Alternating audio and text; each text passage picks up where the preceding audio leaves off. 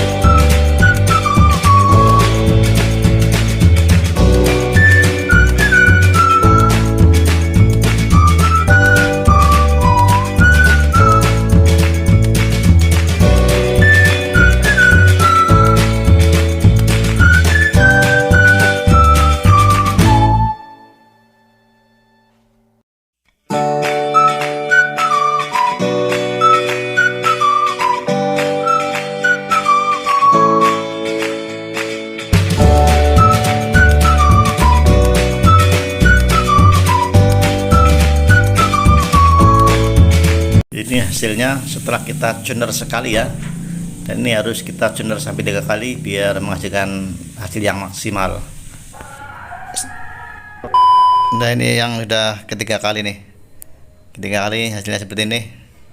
Ini enggak dikrum ya, cuma dipoles saja. Nah, setelah itu kita kasih batu hijau. Nah, setelah itu kita pakai kain ya, kita gosok-gosok pakai kain sampai merata semuanya setiap sisi.